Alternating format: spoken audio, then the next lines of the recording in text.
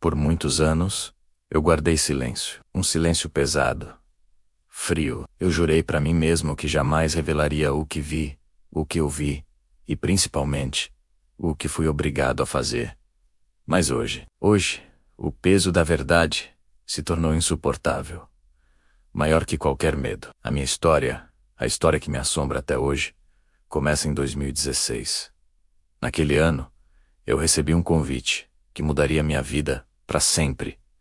Entrar para a Ordem do Cruzeiro Secreto. A promessa era sedutora. Eles se apresentavam como uma sociedade baseada em ciência, filosofia e fraternidade. Um grupo de elite dedicado a buscar um conhecimento superior, a evoluir espiritualmente. No início, tudo era fascinante, quase cinematográfico. Homens influentes com poder e prestígio se reuniam em salões elegantes. Havia símbolos misteriosos por toda parte, livros antigos, com capas de couro e um discurso constante sobre evolução espiritual e autoconhecimento. Eu me sentia parte de algo grandioso, exclusivo. Mal sabia eu que o preço dessa exclusividade seria minha própria alma. O primeiro ritual foi o ponto de virada.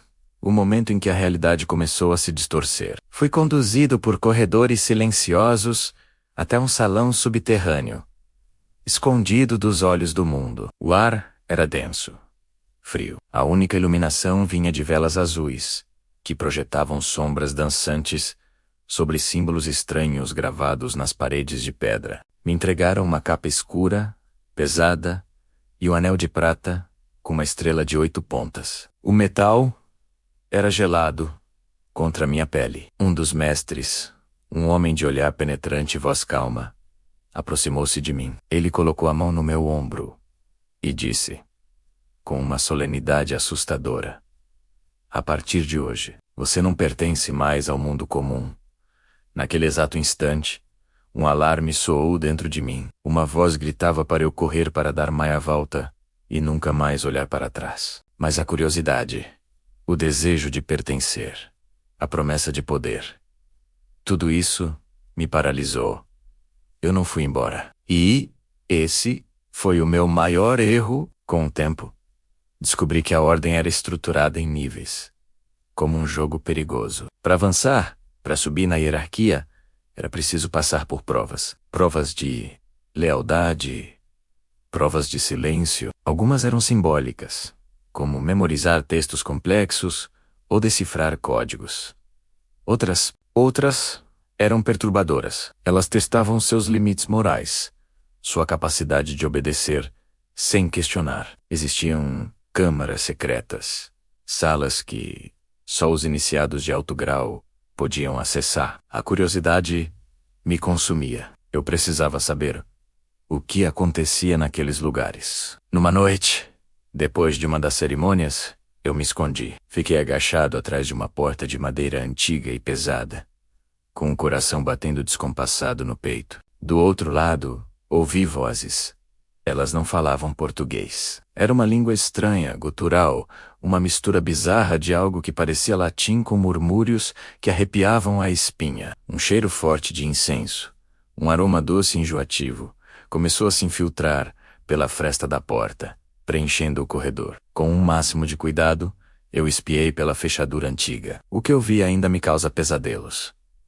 Eles estavam reunidos em um círculo perfeito, os mestres da ordem. No centro do círculo, sobre um pedestal de obsidiana, repousava um livro. Um livro que não parecia ter sido feito por mãos humanas. Suas páginas tinham uma textura estranha, escura, que não parecia papel nem pergaminho. O mestre principal, o mesmo que me iniciou, tocou a capa do livro. No momento em que seus dedos fizeram contato, todas as velas do salão tremularam violentamente, como se um vento súbito e invisível tivesse atravessado a sala. O ar ficou pesado, elétrico. Foi então que, em uníssono, eles recitaram uma frase que ecoa na minha mente até hoje. Eu nunca vou esquecer que a luz oculta apague a luz do homem comum.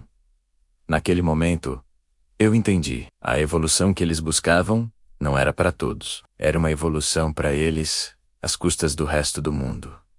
A luz do homem comum era a nossa luz. A minha luz. Eu finalmente entendi o verdadeiro preço daquele conhecimento secreto. Não era dinheiro, não era tempo. Era obediência. Absoluta e inquestionável. A prova final veio numa noite fria, semanas depois. Fui chamado a uma sala privada. O mestre me olhou nos olhos e me pediu um sacrifício. Não um sacrifício físico, mas algo muito mais profundo. Um sacrifício espiritual. Eu deveria renunciar publicamente, diante dos outros membros, a qualquer crença que eu tivesse fora da ordem. Qualquer fé, qualquer conexão espiritual que não viesse deles. Meu coração disparou. Eu sempre acreditei em Deus. Era uma parte fundamental de quem eu sou. E aquela era a linha que eu não podia, que eu não iria cruzar. Com a voz trêmula, mas firme, eu disse não. A reação deles não foi de raiva, foi pior. Eles sorriram. Um sorriso frio, condescendente, quase divertido. E foi naquele sorriso que eu vi a verdadeira natureza do poder deles. Eles não se alimentam de sabedoria ou filosofia. Eles se alimentam do medo, do controle, da submissão. Ao dizer não, eu havia me tornado inútil para eles. E pior, eu havia me tornado uma ameaça. A fuga não foi planejada. Foi um ato de puro desespero. Um irmão de grau menor, um jovem que talvez ainda tivesse alguma humanidade, me encontrou no corredor. Ele me puxou para um canto escuro e sussurrou, com os olhos cheios de pavor.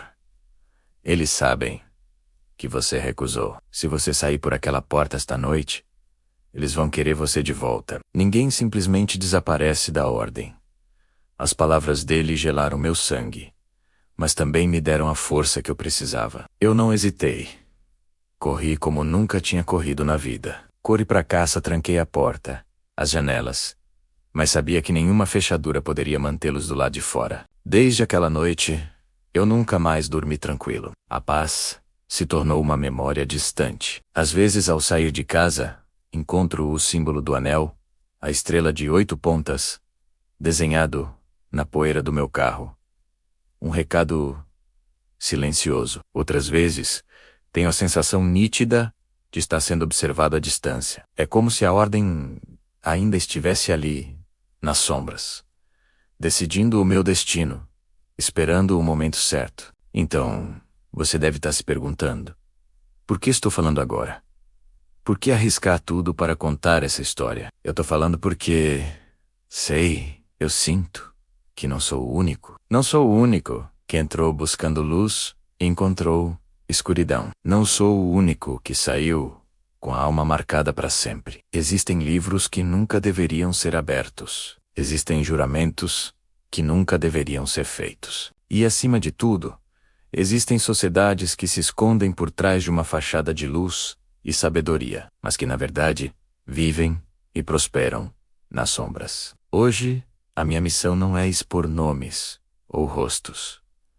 Isso só me colocaria em um perigo ainda maior. A minha missão é avisar. É olhar para você e dizer: tenha cuidado com as promessas de conhecimento fácil e poder exclusivo. Nem todo segredo traz sabedoria. Alguns só trazem escuridão. Obrigado por me ouvir até o final. Se esta história ressoou com você de alguma forma, por favor, compartilhe este vídeo. Talvez, juntos, possamos levar essa luz de alerta para mais pessoas. Inscreva-se no canal para mais relatos como este. Fiquem seguros e, acima de tudo, cuidem da sua própria luz.